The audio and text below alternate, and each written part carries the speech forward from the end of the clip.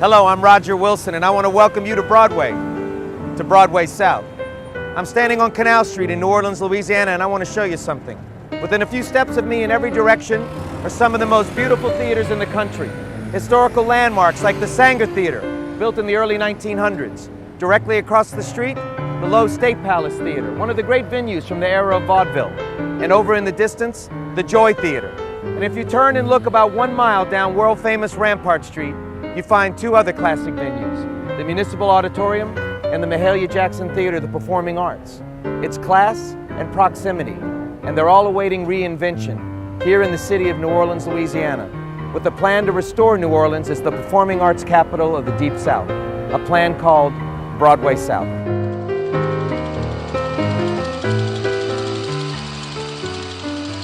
One of the more promising stories to emerge from the aftermath of Katrina is Broadway South.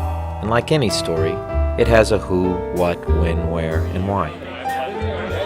The who, and by that I mean the people responsible for the success of this cultural and economic development initiative, are too many to name.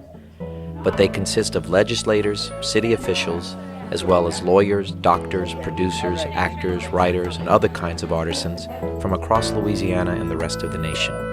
And as someone fortunate enough to serve as a spokesman for Broadway South and the president of its parent company, Broadway South LLC, I can assure you this is a story that grows more exciting by the day. So what is Broadway South and where will it be realized?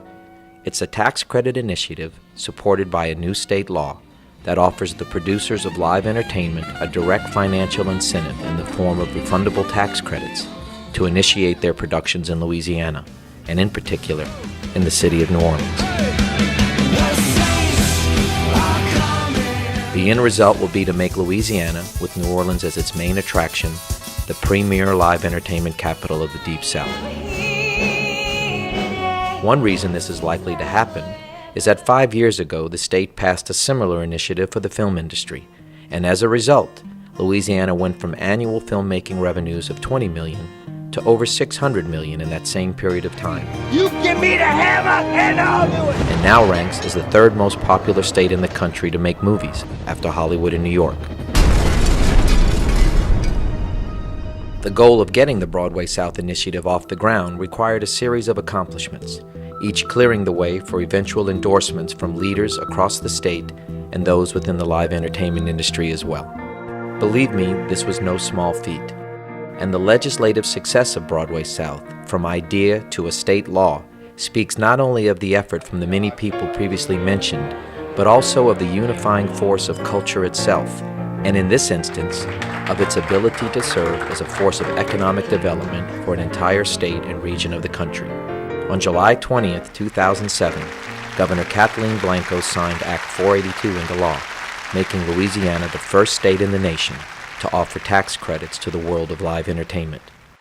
Act 1 of this 3-act story was complete, and what has since begun is the logical progression to build a home for Broadway South, a new theater district in the heart of New Orleans, and after that, to await the arrival of the world's greatest live performances to its stages. But as anyone in real estate development will tell you, they too, like the producers Act 482 is aimed for, also require incentives to take on the risk of building, especially in an area recovering from one of the worst natural, and some would argue, man-made disasters in history. And complementing the Broadway South legislation are some of the most effective federal and state tax credit programs in the nation, which when combined, offer developers up to 75 cents in credit for every dollar spent on redevelopment of the proposed Broadway South Theater District.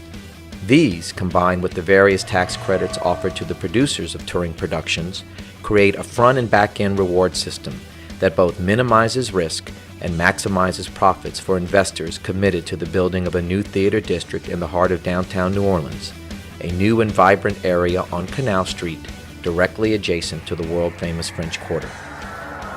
The proposed district will be made up of 4 landmark venues: the Sanger, Lowe State, Orpheum, and Joy Theaters. Along with their adjoining commercial real estate, these theaters total 10,000 seats in a mere 2-city block area. And again, this build it and they will come theory is not fantasy, but fact, as the success of such areas as Branson, Missouri has made clear. A picture is worth 1,000 words, and this one here speaks of an entire area within a city, about to rise from the ashes of near destruction toward a level of prosperity never before imagined. Not far into the future, audiences will descend upon New Orleans and its new theater district and find a breadth and quality of entertainment rivaled only by New York City and Las Vegas. But over time, another far more profound impact will be realized, as this newly revitalized area becomes not only a place for tourists to bestow their kindness and generosity, but also one where a new quality of life will attract a new kind of permanent resident to the city of New Orleans. This in turn will lead to increased tax revenue, and from there to improved education, medical care, and what in effect will become a new New Orleans.